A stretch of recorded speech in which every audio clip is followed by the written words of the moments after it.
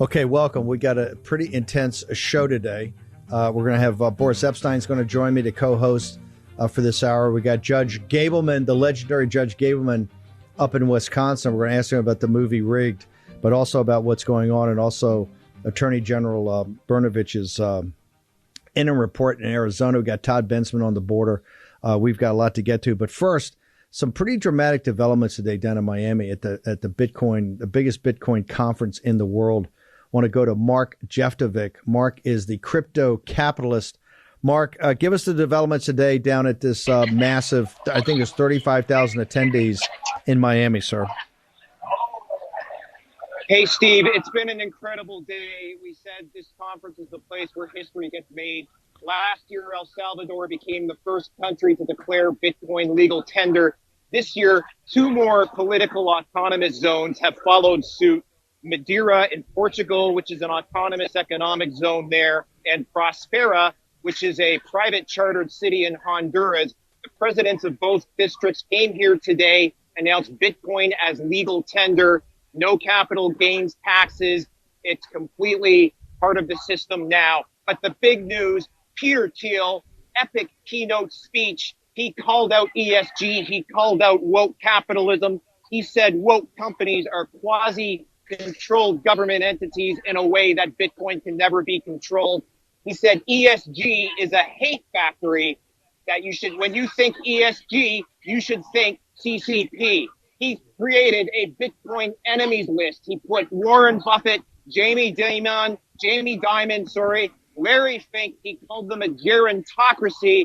Basically, Peter Thiel just threw down the gauntlet. He took a dump on ESG, and he all but declared war on woke capitalism. The battle line is drawn. It is basically Bitcoin versus CCP, China-style social credit. That's the way it is now, as of today, I think. Mark, hang on for 1 second. We're going to play some clips of this. I want to bring Boris just in for a second. Boris, as you know, on Wall Street, there's been nothing more poisonous than this ESG movement, right? And this is the reason that little Jamie Raskin's wife is not on the Federal Reserve. The reason she's not on the Federal Reserve, she was so radical. She wanted the Fed to get involved in kind of this social justice warrior investing. But you guys got like guys like Larry Fink. Larry Fink controls $10 trillion of assets of BlackRock. He's been the apostle of ESG. So before I go to the Peter Thiel, and one of the reasons it's so important, there are very few people and no donors that are closer to President Trump and the America First movement than Peter Thiel. That's why I want to play these clips from this speech, because he rocked the house. How poisonous has ESG been, Boris, your street guy, on Wall Street in the investment community? Absolutely poisonous. ESG stands for against profit.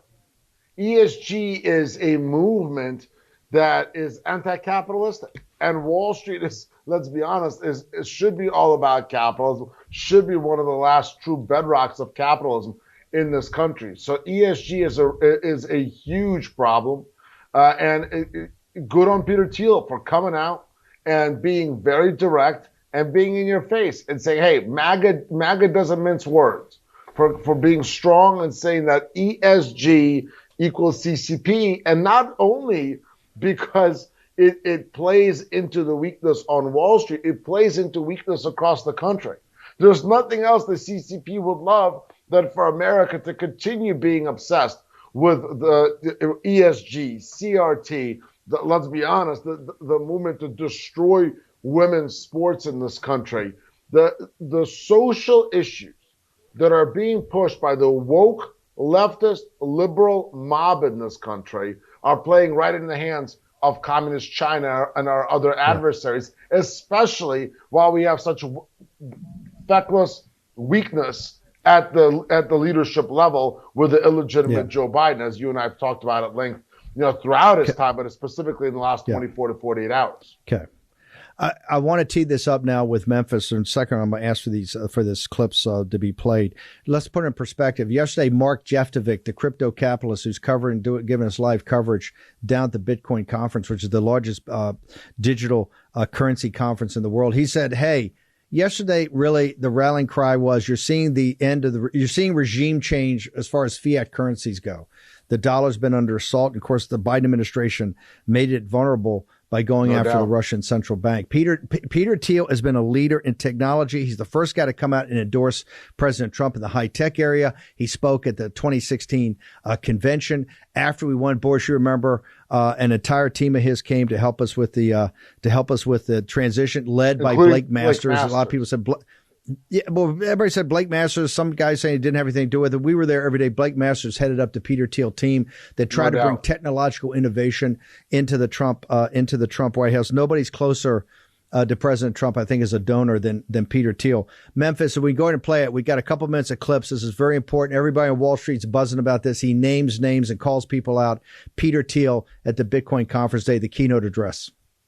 We should think of we should think of it at least in one dimension as sort of a political question. And it's a movement, and it's a political question whether this movement is going to succeed, or whether the enemies of the movement are going to succeed in stopping us. And so I want to maybe end with an enemies list, a list of people who I think are stopping Bitcoin. And they all have, many of them have, there's sort of a lot of them. They tend to have this sort of nameless, faceless bureaucrat perspective, which is of course one of the ways they hide. But we're gonna try to expose them and realize that this is sort of what we have to fight for Bitcoin to go 10x or 100x from here. So enemy number one. I think he's sort of. I think the sort of the sociopathic grandpa from Omaha is perhaps the most honest and the most direct in it, and you have to sort of think of it's of course on some level these people aren't always just talking their book. It's sort of they have some sort of institutional bias. It's long, a list of woke companies. It's somehow long this fiat money system, and of course there's always a sense if you're a money manager, you want to pretend that it's complicated to invest, and if all you have to do is buy Bitcoin, that's like ridiculous. All these people are out of business. There was a version of this also with gold. They never liked gold either, because if all you had to do was own gold, that's something everybody can do. But there's sort of an institutional bias, a sort of a center-left political bias. There's of course the New York City banker bias. Jamie Dimon, J.P. Morgan. You can get quotes like this from any number of these people. And then I would say. Another one, even more obscure, Larry Fink, the CEO of BlackRock, where, if you have these sort of large institutional investors, they need to be allocating some of their money to Bitcoin. When they manage state pension funds in the US, or they get trillions of dollars in assets, when they choose not to allocate to Bitcoin, that is a deeply political choice, and we need to be pushing back on them. We need to say, you have to get on board on this. And the Larry Fink quote is sort of representative, I think, of a whole genre of anti-Bitcoin things where, and you have to always put it in some context, but pro-blockchain is an anti-Bitcoin term, very typically. So it's like, I love the blockchain, but, not so sure about this Bitcoin, don't need Bitcoin, we can move on to the blockchain, move along, this is not, not the currency you're looking for, move along.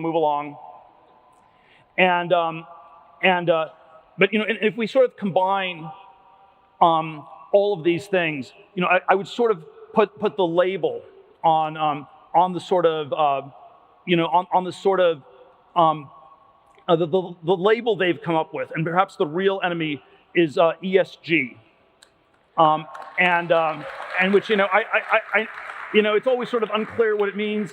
You might think of it as not charitable for me to sort of name some enemies here, but I think that ESG is just a hate factory. It's a factory for naming enemies, and we should not be allowing them to do that.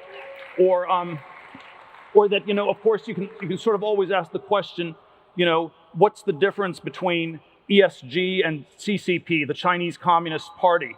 They are into social and governance. Environmental is sort of fake. It's probably also fake in a lot of these cases. But I always think when you think ESG, you should be thinking CCP.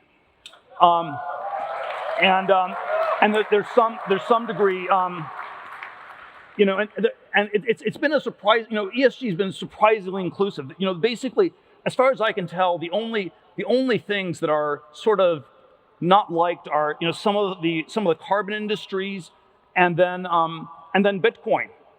And it's because most of the other companies, they are subject to political control, especially when your companies go public. I always advise CEOs when they take their companies public. There's some good things. You get liquidity. You can, the early investors can cash out. You can get some credibility.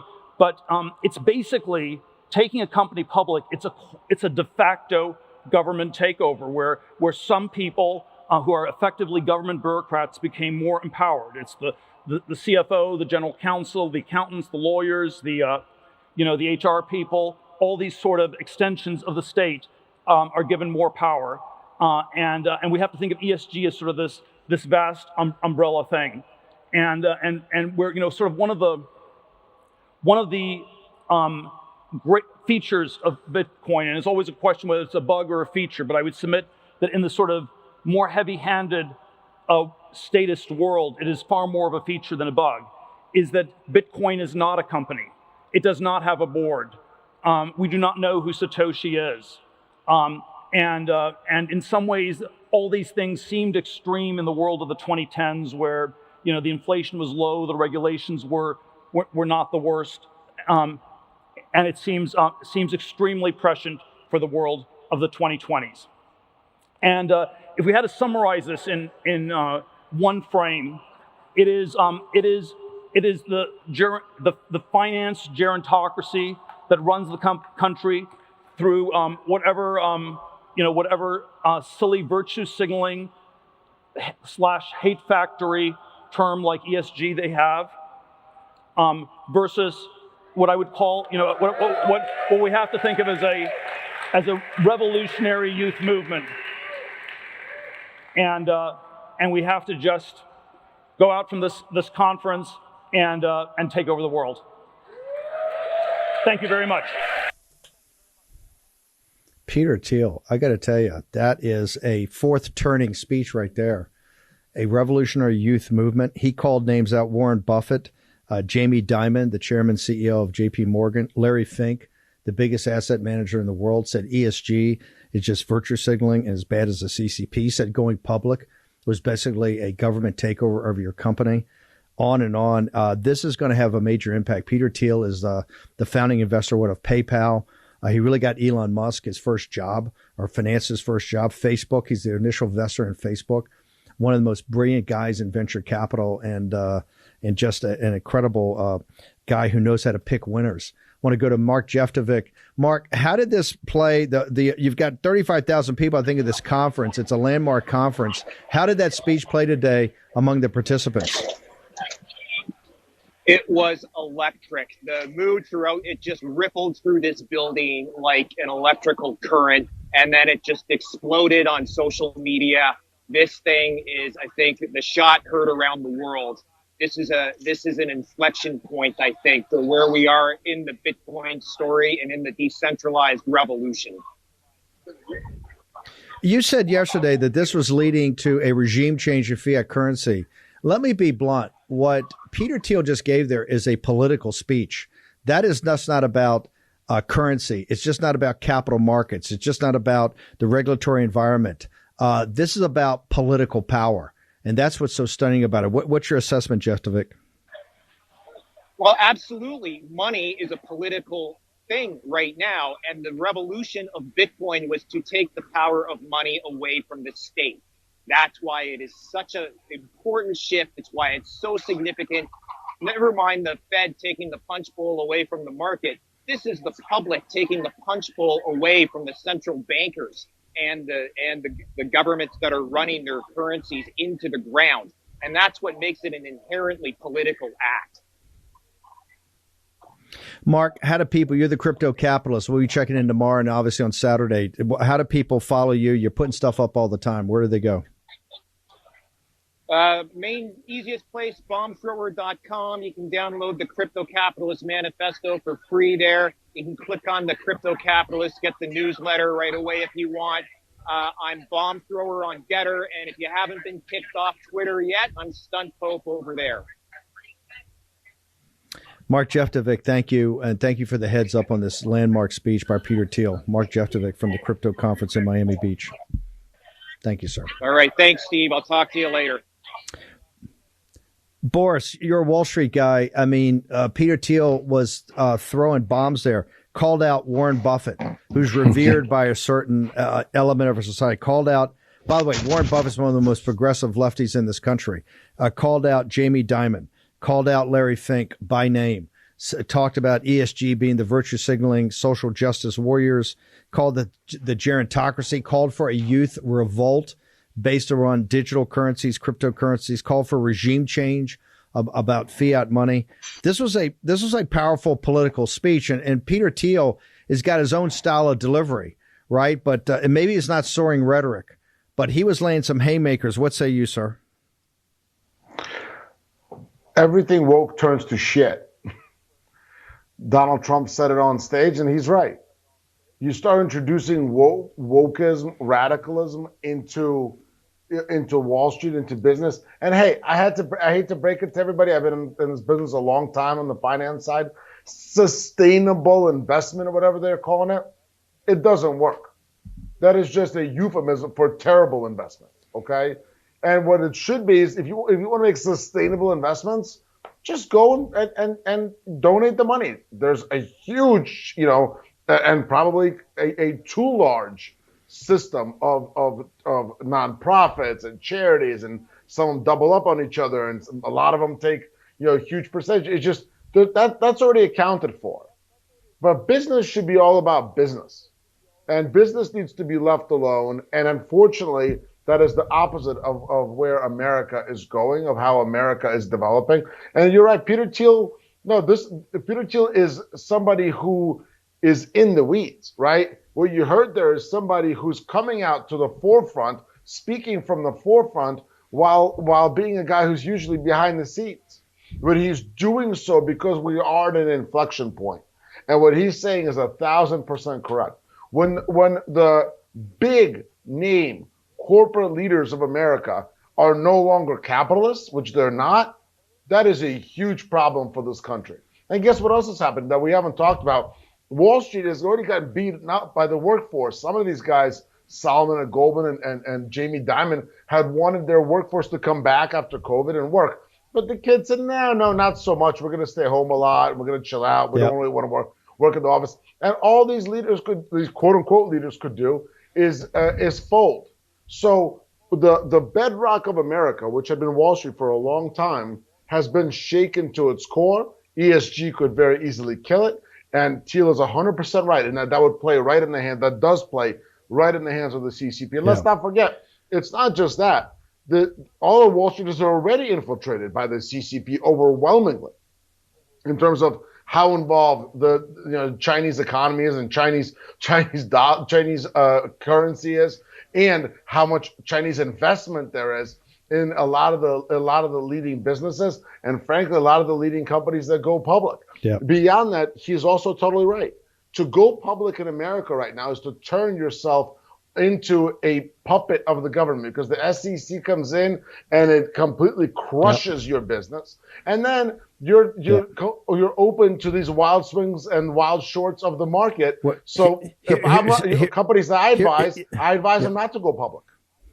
Yeah. Here's the thing also is that we try to get ahead of big movements that drive politics. This digital assets is a big movement Peter Thiel threw down today. We got Judge Gableman. I tell you what, we've got an introductory clip for Judge Gableman. Let's go ahead and play the clip, and I'll bring Judge Gableman in. We're going to go from the sublime to the maybe less sublime here with Judge Gableman. Let's play the clip. It's corrupt. It's not fair.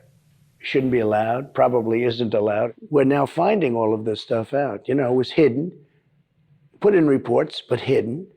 But now when you see the extent of it, also when you see the extent of the voting, where it's 97% for Biden and 3% for Trump in some cases. But we got millions and millions of votes. And when somebody's allowed to spend $417 million with no recourse, and then you read later on, long after the election's over, that the vast majority of that went to Democrats. I mean, how is that not a violation of the law? Once again, COVID was used as cover. Okay, that was from the film Rig. Judge Gableman's in it. I want to bring in Judge Gableman. I got Boris Epshteyn's riding shotgun with me today. Judge Gableman, let's go back to your report. I know the film's just come out. It's very controversial. A lot of people seeing it. But it kind of reinforces, although I think your report and your investigation may go further. Walk our country through. What is this issue with Zuckerberg? What is this? I mean, we just had Peter Thiel, who gave Zuckerberg his first, I think it was $500,000 back when Zuckerberg had just dropped out of Harvard, and was essentially a nobody. Today's one of the wealthiest, most powerful people on planet. So walk us through your report and specifically about Zuckerberg. And as Mr. Zuckerberg said in a little different context, and they were stupid enough to trust me.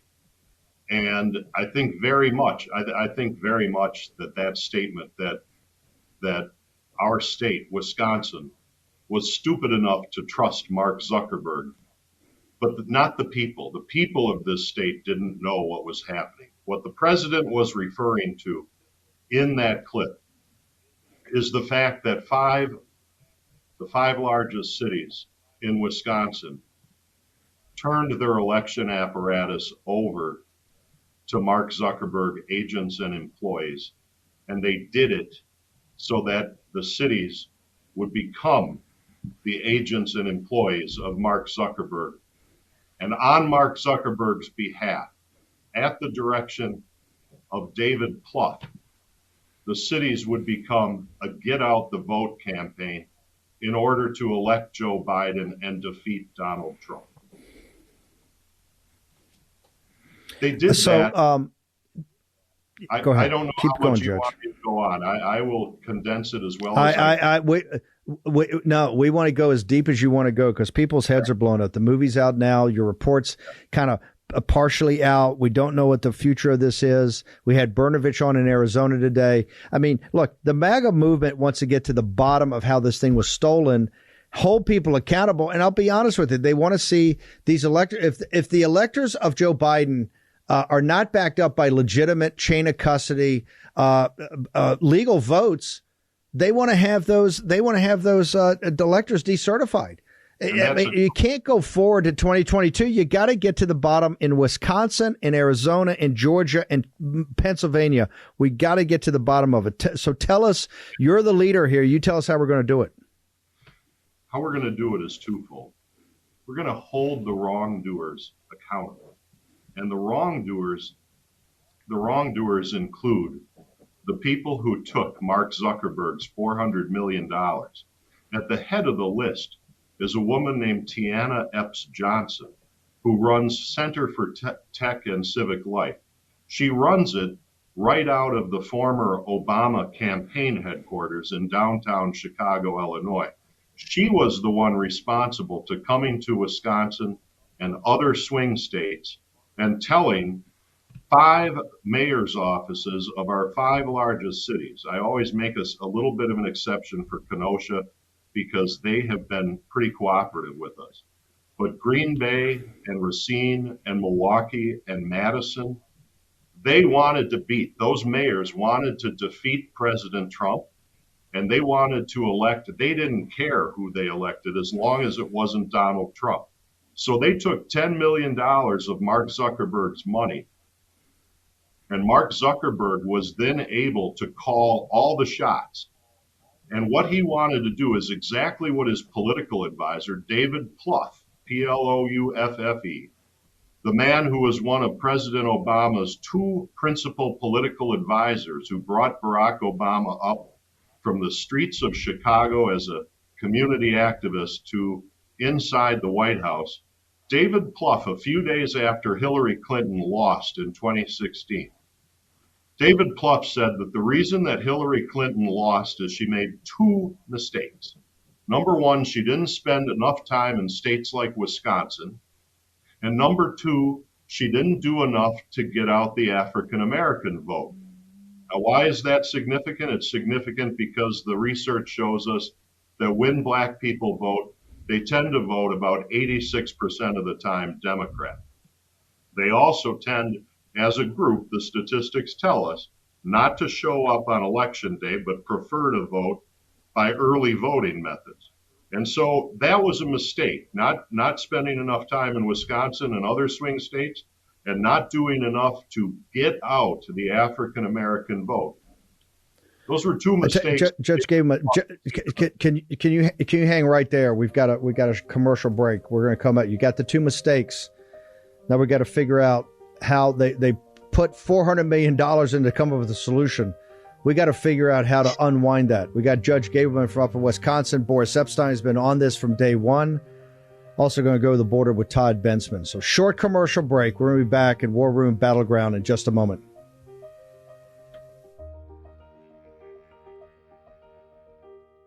War Room Battleground with Stephen K. Bannon. Okay, welcome back. We're going to go to Wisconsin and Judge Gableman. Judge Gableman, we had Mark Brnovich on here today about his interim report to Karen Fann down in Arizona. He wasn't prepared to commit yet whether it's going to lead to a grand jury on criminal charges. Your report in Wisconsin, which dealt with these issues that the movie Rigged addresses, do you recommend, I understand you don't have the power to do this, but do you think there's enough here for criminal charges to start be filed by people? Without a doubt. Number one, you have the self-admittedly illegal conduct of 5 out of the 6 Wisconsin election commissioners who admittedly ignored the law to protect our state's most vulnerable citizens in continuing care facilities and subject them to the tender mercies of Democrat operatives to potentially pressure those residents into voting for Joe Biden. They 5 out of 6 of them took all of the protections away to prohibit that, to prevent that from happening. I also make the case in the second interim report that I delivered to the legislature on March 1st. I also made the case that all of this activity with the Zuckerberg money did constitute election bribery, which is fraudulent, which is a felonious conduct in our state. It's a felony, and it is criminal. And I have had conversations with prosecutors from around the state, and some of them are quite interested in taking a very hard look at this.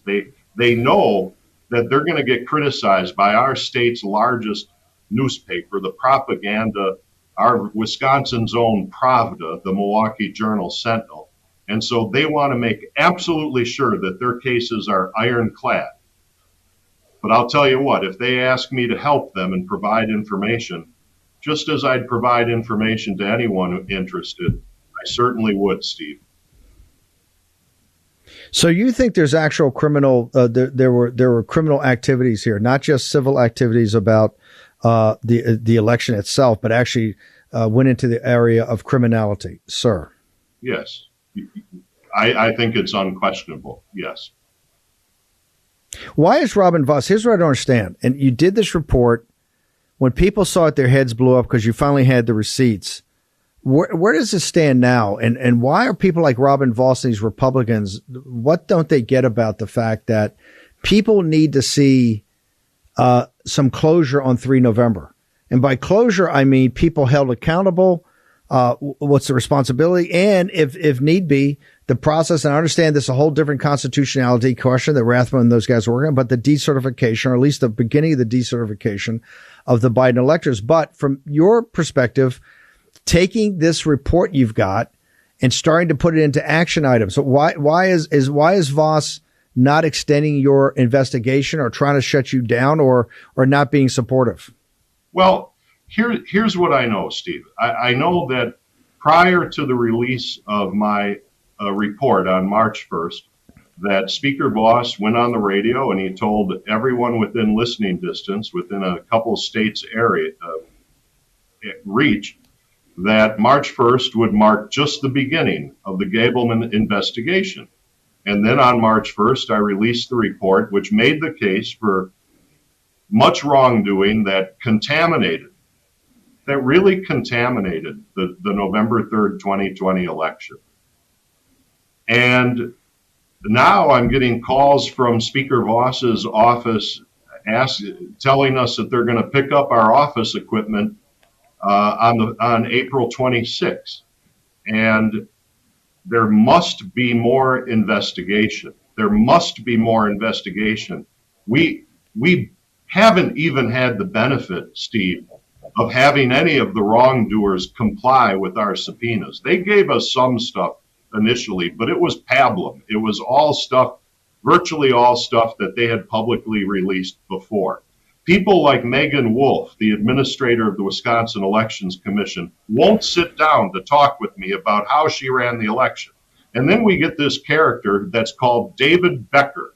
Now that's a name your audience, if they remember nothing else from my interview with you today, they must remember the name David Becker, because in at least 31 states out of the 50, Steve, he's the man most responsible for the control and management of voter information in that state. He has access to the personal details. This is a man you've never heard of. Most of your listeners have never heard of.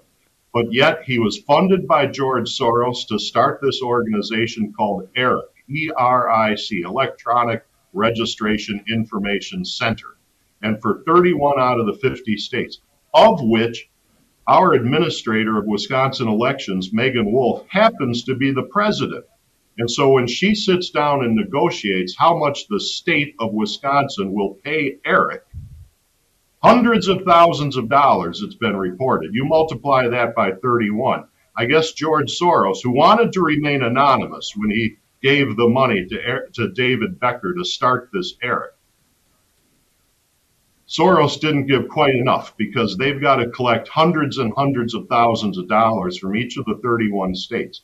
ERIC claims that its reason for existence is to make voter rolls more accurate.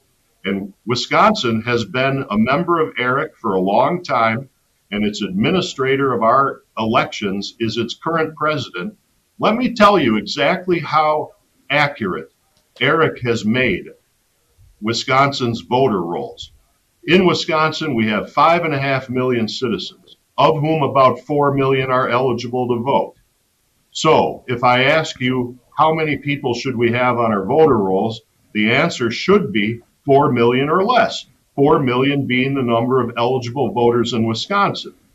But right now, concerningly and importantly, we've got over 7 million people on the voter rolls in a state with 5.5 million citizens and 4 million eligible to vote. That's obscene. And people need to answer the questions about it. I am not in this for any partisan purpose. I have been attacked by the leftist media in the form of the Milwaukee Journal Sentinel since before I got started. All I'm asking is, how can we make it so that elections in this state, and all states, but I'm hired to work on Wisconsin, how can we make it so that elections in Wisconsin are honest and transparent, and the people who run them are accountable?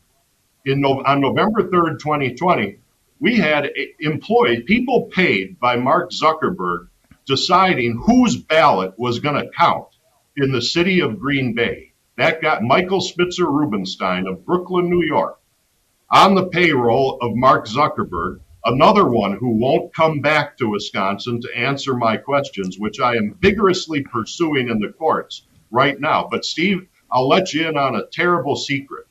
The judges in our state have been co-opted. They are afraid of the press. They are afraid of the criticism they know they will get if they force these people to answer questions. And I sit in the place of the state legislature, the people's house. And the people, through Speaker Voss, have hired me to ask the questions about what happened and why what happened wasn't honest, wasn't transparent, and why the wrongdoers are not being held accountable. But the judges are not letting me talk to the people who were responsible for all this, even the so-called government servants.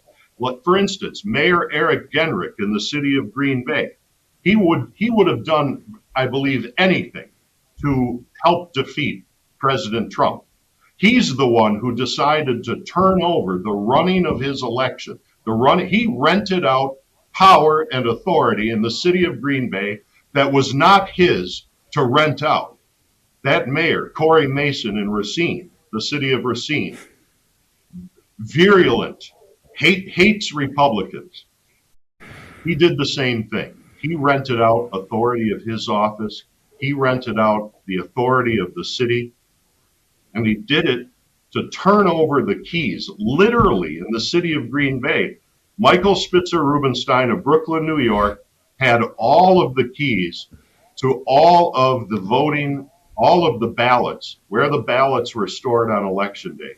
He ran the election in the city of Green Bay. I'm not asking for anything unreasonable. I'm asking for these people to tell me what happened, who hired them to do it, what was the plan going on, how did they do it, and how and whether what they did was in conformity with an honest election. And that's a question that I'm being accused of being unreasonable for asking. Judge Gableman, we got to bounce, but I have to ask you, what can this audience do on this Robin Vos situation? I mean, it's obvious, it's self-evident that your investigation must continue. I think it's very disturbing when you break the news that Vos, who said, and I remember when he said that your investigation will really really commence on March 1st, right? When you put out the report. Now all of a sudden they're calling your assistants and saying, hey, we want to come by and pick up the copy machine on the 26th. Is somebody going to be there? What does this audience have to do to make sure they have your back and to make sure that they let Speaker Vos know that the Gableman investigation must continue? Well, thank you. Thank you for asking. I can't think of anything more important to thank Speaker Vos for starting up what became the Office of Special Counsel. And to show our appreciation to Speaker Vos for my continuation, I would ask your audience to call Speaker Vos's office. And I happen to have the telephone number here. It's area code 608-266-9171. 608-266-9171. And his office email happens to be rep.vos, V as in Victor, OS, at legis, LEGIS, .wisconsin, spelled out, .gov, G-O-V. And thank him for his continued support of this office to get to the truth of what happened. And we must pursue those subpoenas in court. We must pursue these outside entities because David Becker, who I mentioned before, he too was on the Mark Zuckerberg gravy train payroll, but he only got $69.2 million compared to the $330 million that Tiana Epps Johnson, sitting in the Barack Obama former campaign headquarters, got. And David Becker was doing the same things around the country that Tiana Epps Johnson was doing in Wisconsin. We need to find out, thank Robin Vos for his support, and urge him to consider, now that we know where to start, urge him to continue. Judge Gableman, what's your social media? How do people follow you, sir? Thank you so much for asking. It's WI, short for Wisconsin, electionreview.org. WI electionreview.org, O-R-G. And so anyone who wants to get a message across to us, all of our documents, this is one thing they're doing, Steve. The George Soros and the other leftists who fund this thing called they call themselves American Oversight. What they do is they bog down little agencies. I think your viewers can see enough of my office that I'm not on the penthouse suite on down Fifth Avenue in New York. I'm in a very moderately priced rental, And I'm trying, where I'm going with this, I'm sorry, I've lost my train of thought, but we're being good stewards. We're being good stewards of the public purse. We're just trying to find out the truth. And why people want to block us is just a source of great frustration to me. We need to find out. They want to block you. Judge Gableman, you're an American original. You are the personification of all the good that comes out of Wisconsin, what people think about good folks in Wisconsin. You're a patriot and a hero. You're going to keep fighting. You're not going to back down, and the War Room's going to have your back. We're going to get on making sure we contact Speaker Voss and thank him for the support he's given you and encourage him strongly to continue to support the Gableman investigation. Judge Gableman, thank you so much. Honored always to have you here in the War Room, sir. Thank you. Boris, hang on for a second. I want to get your thoughts on Judge Gableman, but I want to go to Todd Bensman because Todd, there's been a lot of flurry down in Texas on the border and the invasion. Governor Abbott gave this press conference the other day, and he had this whole thing that the conservative media started skipping around on about they're going to start busing illegal aliens after 42 is lifted to D.C., and you said, hang on for a second. There's something that's all performative. There's something very serious here. We only get about 5 or 6 minutes, but you have a new piece out.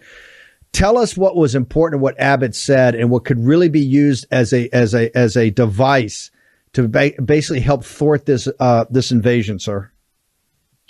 Well, in my opinion, the media is focusing on this shiny bauble over here of buses with migrants dropping in D.C. That is not the story, in my opinion. I think the bigger issue that came out of the press conference yesterday is Texas DPS conducting enhanced inspections on trucks, commercial trucks coming out of Mexico. And that they said that this would slow down substantially the commerce coming out of Mexico. Well, this is significant because when Trump was in office, he threatened progressive trade tariffs, economic pain on the Mexicans if they didn't comply, if they didn't follow, migrant interdiction efforts on their side of the border. And so I believe that this is the thing to watch, to see whether the DPS is going to back traffic up and slow commerce and make it really hurt, unless the Mexicans start doing something on their side between the ports of entry. Those operations started this morning, last night a little bit. I have heard that the bridge at Pharr, Texas, that goes into Reynosa is now backed up, that the trucks are backed up there. We'll see what happens. I don't know whether this is going to develop at the 28 other ports of entry. Remember, Texas has the number one truck traffic from Mexico port of entry in the United States by far. 2.6 million trucks at Laredo just in a year. Another 1.6 million at 4 other very busy port of entry. I mean, the DPS could shut trade down between the two countries if they applied themselves in just the right way and leverage the Mexicans to do something on their side. They're not saying that. They can't say that out loud because it'll invite the Biden administration to sue. We've got a bounce back. I got to ask you one more thing. And by the way, we're going to follow this. I know you got a piece up. We're going to push it out. It's hugely important. Vernon Jones was in the last hour, and he said, hey, this 42, he says, Warnock understands that unless he gets the Biden administration to kick this past November, that he's gone, that he will lose Georgia. It's that hot an issue. Illegal immigration is that hot an issue. Todd, what is your assessment of that? Because Vernon says, hey, these Democratic senators understand this is a Democratic senator extinction proposal if it goes through. What are your thoughts, sir? Well, there's a rising chorus in regular mainstream Democratic universe where they don't want to see this kind of mass migration. I do believe that from their perspective, this is an extinction event politically. If something like that happens, it's just going to command all attention, like Ukrainian level attention down there just ahead of the November elections. And so I'm thinking that suddenly they're going to find something that makes them have to push this off until after November. I would not be surprised if this thing got pushed off. But in the meantime, everybody is preparing for the worst, a Noah's flood of humanity over that border, the likes that we've never seen. Todd, how do people follow you on social media and how they find the book? T. Bensman at Getter, and it's America's Covert Border War. Thanks for asking. And that's about the jihadist threat at that border that nobody ever writes about, taboo subject. Taboo subject. Todd Bensman, thank you. We look forward to having you back on here in the next couple of days to go through this, the invasion of the southern United States. Boris, before you give your social media handles real quickly on Gableman, how important is it for this audience to put their shoulder to the wheel to make Speaker Voss continues this investigation in Wisconsin? I know I say this a lot, Steve, but this may be the most important call to action that I've made in a long time. To every single patriot in Wisconsin and all across the country, get on the phone, get on the emails. Let's post the contacts, the work contacts, not the private. You have got to reach out to Robin Voss and yes, thank him for starting the investigation and tell him that he has to continue. He has to continue this investigation. And if he doesn't, the primary challenge that he's got going on is going to get a whole lot more serious. Robin Voss cannot be allowed to end this investigation. How did they get to your social media real quick? BorisCP.com is the website. Super hot. BorisCP.com. Hot on Getter at BorisCP. Twitter at BorisCP. Truth Social at Boris. And of course, the hottest on the gram, Boris_Epshteyn. Stay strong. God bless. I'll see you tomorrow morning. 608-266-9171. That's Speaker Voss's number in Wisconsin. Give him a call. Tell him you want Gableman's investigation to continue. Be back here at 10 o'clock tomorrow morning. It's going to be intense. You know why? You're going to be in the war room. See you at 10 tomorrow morning.